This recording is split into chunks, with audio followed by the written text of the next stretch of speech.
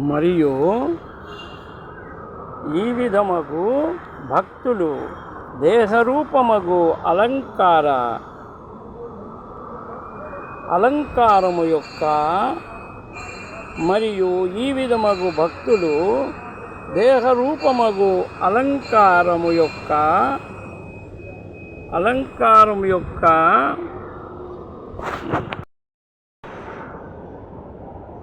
మరియు ఈ విధమగు భక్తులు దేహరూపమగు అలంకారము యొక్క ఉపాధి వలన నాకంటే వేరుగాయున్నను నాకు వారు జీవ ప్రాణముల కంటే ప్రియమయ్యుందురు.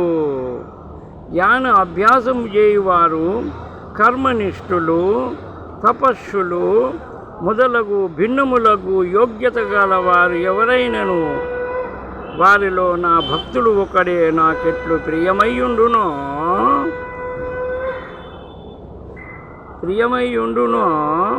అటులనే అర్జున,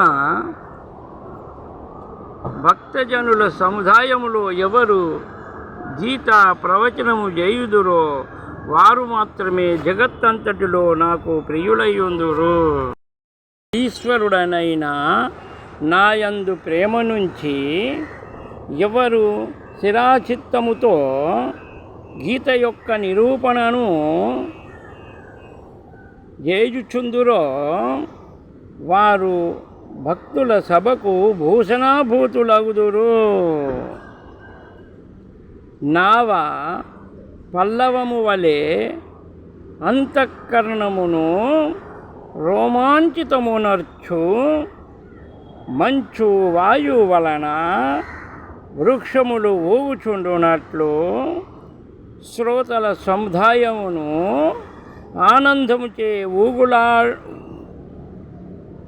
నూగులాడించు వారు పుష్పముల సుగంధముతో కూడియుండి జలబిందుయుక్తములగునట్లు శ్రోతల నేత్రములలో నుండి ఆనంద ఆశ్రువులు స్రవించవలెను.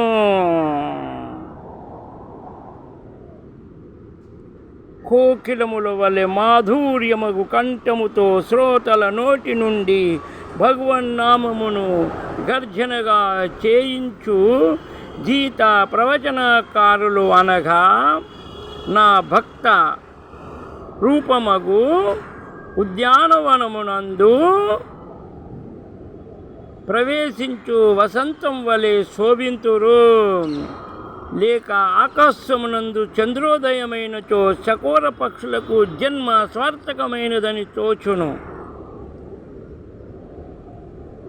లేక వర్షకాలమునందు మేఘములు నెమళ్ళు చేయు గర్జనకు హూంకారము చేయుచు ప్రసన్నమగునట్లు కేవలము నన్ను ఉద్దేశించి సజ్జన సముదాయమునందు ఎవరు గీత శ్లోక రూపమగు రత్నముల వాఖ్యానము ద్వారా అఖండమగు వర్షమును కురిపించెదరో వారితో సములగు ప్రియులు నాకు ఇదివరలో లేరు, భవిష్యత్తు కాలమునందు ఉండబోరు. అర్జున, అంతా సజ్జనులకు గీతామృత సత్కార్యమును చేయు నా భక్తులకు నేను సర్వవిధముల నా అంతఃకరణమునందే స్థానమిచ్చెదను.